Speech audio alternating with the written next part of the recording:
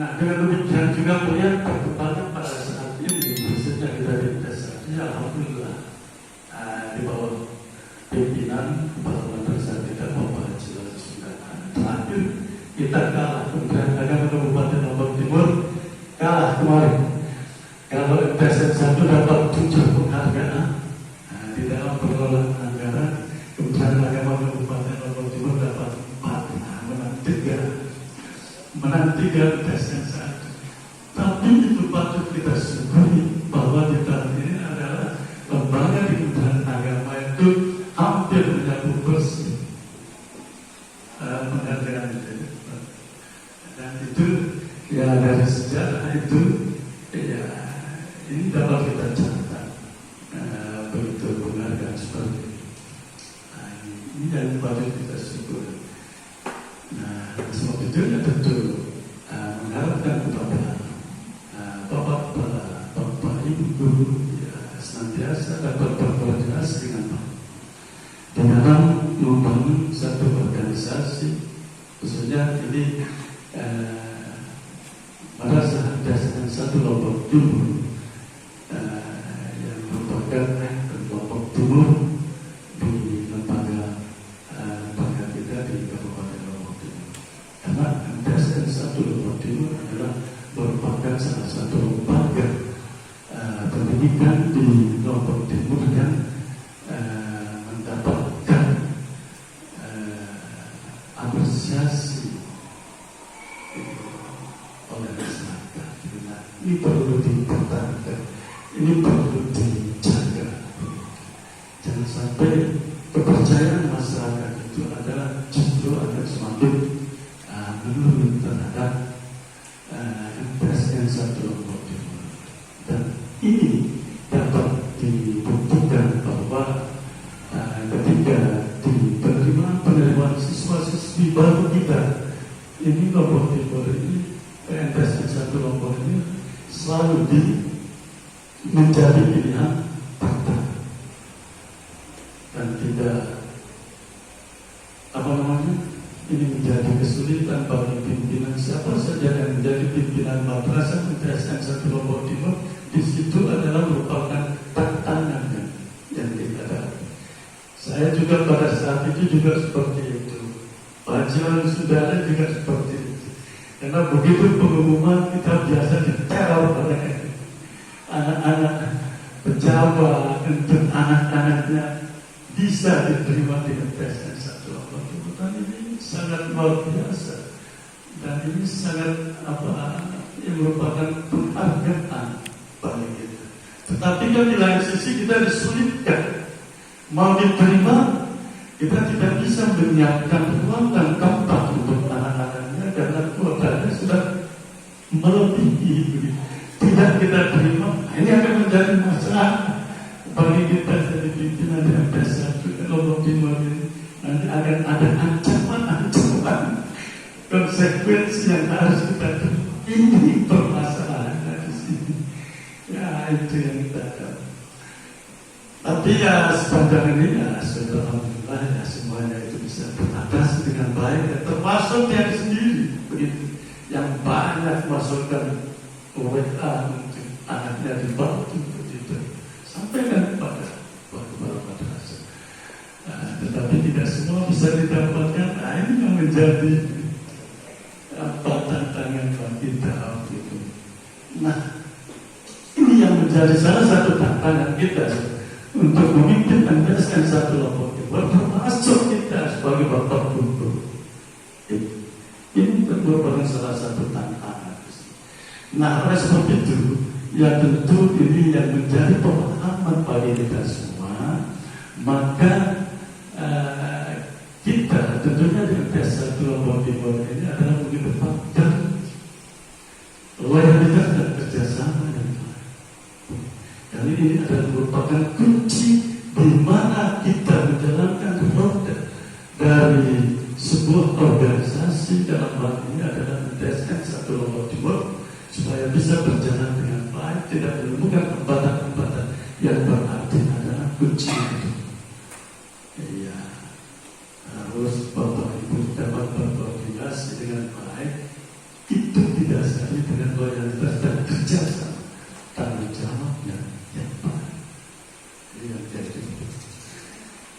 loyalitas dan tanggung jawab ini adalah ini terkait dengan apa namanya? Terkait dengan kesetiaan. Kalau di ilmu kepemimpinan ini kalau kita belajar itu terkait dengan kesetiaan, terkait dengan kedisiplinan, terkait dengan tanggung jawab. Jadi dia bermuara di situ. Nah, ketika orang ini, ketika kita memiliki loyalitas yang baik, loyalitas yang tinggi terhadap pimpinan kita, maka kita dapat membangun semangat kesetiaan dan kedisiplinan dalam diri kita. Dan terbangunnya rasa setia, disiplin terhadap diri kita, maka ini akan membangun energi yang besar bagi diri kita untuk dapat menyelesaikan pekerjaan-pekerjaan yang kita ada. Ini sebenarnya salah satu kunci. Maka di dalam menjalankan roda organisasi ini adalah kita harus memiliki rasa loyalitas dan tanggung jawab. Itu sehingga kita dapat menyelesaikan tugas-tugas kita, menyelesaikan pekerjaan kita dengan baik dan terukur. Karena di sana tentang apa terkait dengan disiplin, ketaatan, tanggung jawab. Kalau sudah 3 poin itu kita miliki, maka akan terbangun pada diri kita adalah energi yang kuat, semangat yang besar di dalam melaksanakan dan menyelesaikan yang merupakan pekerjaan-pekerjaan dan tugas-tugas. Tetapi sebenarnya ketika itu tidak kita miliki, ya jangan pekerjaan kita akan dapat terselesaikan dengan baik nanti. Jadi itu kuncinya. Yang kedua, perlu juga kami sampaikan pada Bapak Ibu bahwa terkait dengan kegiatan kita pada hari ini, also implementasi kurikulum berbeda. Di mana kita di Kementerian Agama adalah memiliki payung hukum, standar hukum, baik melalui PMA atau keputusan Dirjen Teknis yang dapat kita ikuti. Kalau sekarang ada pembaruan PMA 450 ya, lalu PMA yang sekarang, kalau dulu yang 450, KMA 50, KMA 450, kalau dulu adalah KMA 347. Dibuatkan menjadi KMA 450. Nah, KMA 45 ini sebenarnya sudah dirilis oleh keputusan Teknis, gitu. Keputusan Teknis nomor 3211. Nah, ini di mana keputusan Teknis ini adalah ini memberikan ruang kita untuk kita melaksanakan prinsip-prinsip implementasi mereka yang harus kita terapkan pada lembaga-lembaga madrasah. Nah, ini merupakan hukum kita di Kementerian Agama di dalam melaksanakan prinsip dari implementasi kurikulum merdeka. Nah, yang kedua, pentingnya juga kegiatan kita ini adalah di tahun 2025 ini jadi nanti terutama dari Bapak Ibu guru yang sudah disertifikasi atau mendapatkan tunjangan sertifikat dan P3K, nanti di tahun 2025 ini Bapak Ibu guru akan bisa mendapatkan tunjangan sertifikasinya. Itu adalah ketika nanti Bapak Ibu bisa menunjukkan kompetensinya ini kompetensinya itu adalah 20 minimal 20 jam pelajaran. Ini melalui kegiatan-kegiatan dan pelatihan-pelatihan seperti ini, baru para guru bisa mendapatkan tunjangan sertifikasi minimal 20 JP per 1 semester per 6 bulan. Jadi tidak bisa nanti seperti apa yang disampaikan oleh Pak Kepala tadi dilaksanakan sekali 1 tahun gratis. Dan ini minimal dilaksanakan 2 kali dalam 6 bulan minimal oleh masing-masing lembaga apapun itu. Ini karena kalau tidak begitu, ya nanti Bapak Ibu guru tidak bisa menerima tunjangan profesinya, karena tidak ada bukti otentik Bapak Ibu guru di dalam meningkatkan dan mengembangkan profesinya. Dan itu permasalahannya. Nah, sehingga ini adalah merupakan kegiatan yang penting Bapak Ibu dididik itu. Jadi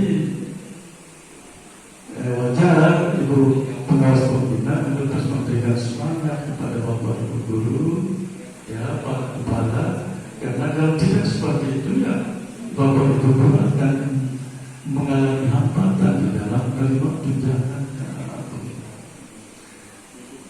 Karena semua ini sudah dipikirkan oleh pemerintah. Karena Bapak Ibu diberikan tunjangan sertifikasi yang 1 kali dari gaji. Ini luar biasa. 1 kali dari gaji tunjangan.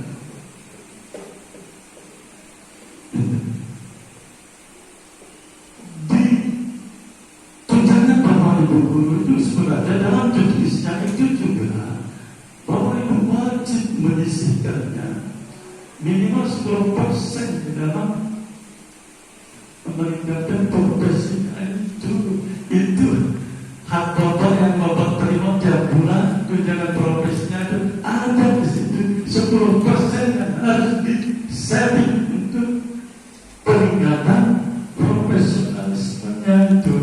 Begitu sebenarnya.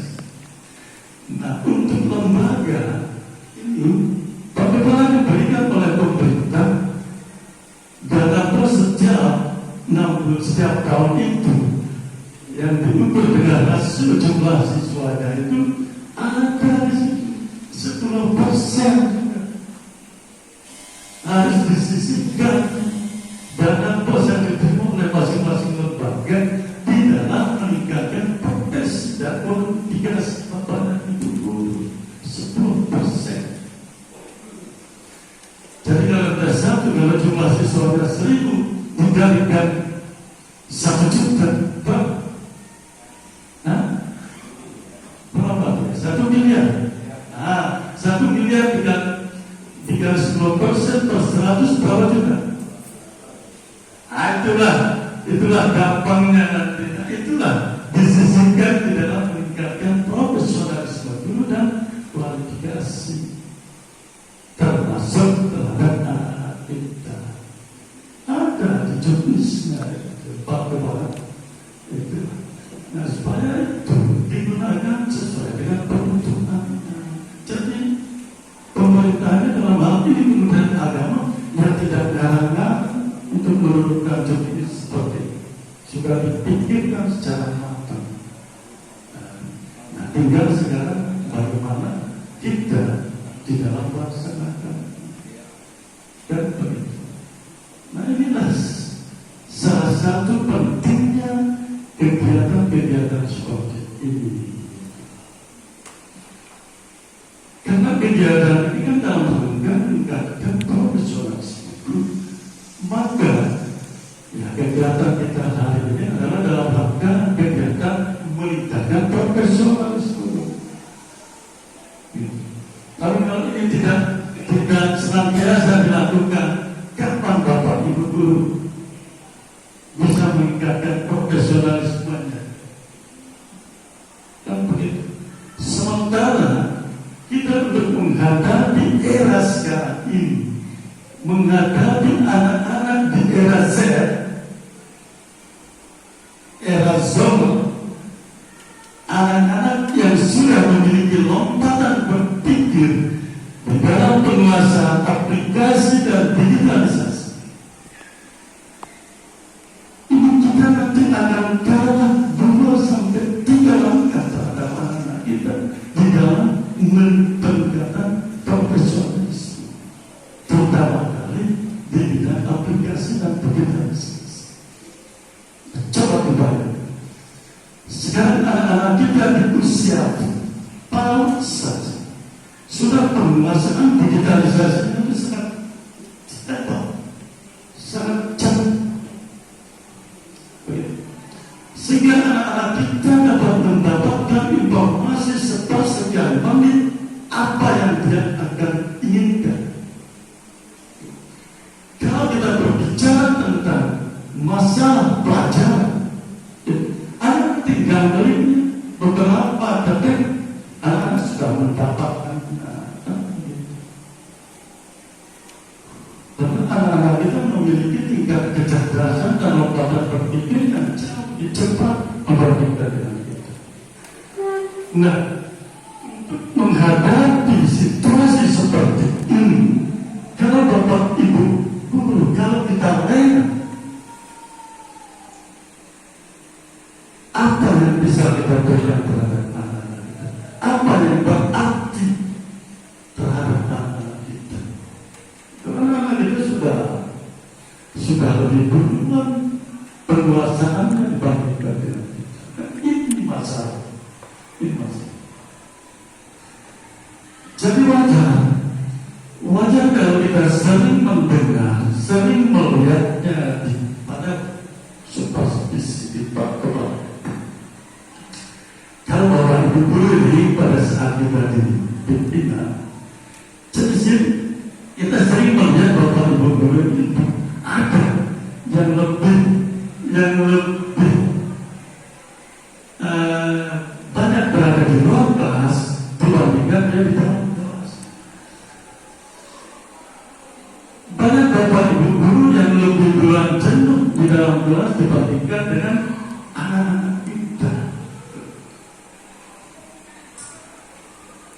Nah, jadi kan kalau kita analisa permasalahannya di situ, ini 2024, mari kita sama-sama membukanya dengan sama-sama baca. Bismillahirrahmanirrahim. Satu implementasi kurikulum Merdeka tahun 2024 satu resmi dibuka.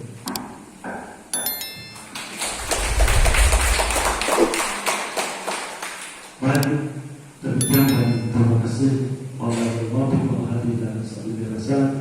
Wassalamualaikum warahmatullahi wabarakatuh.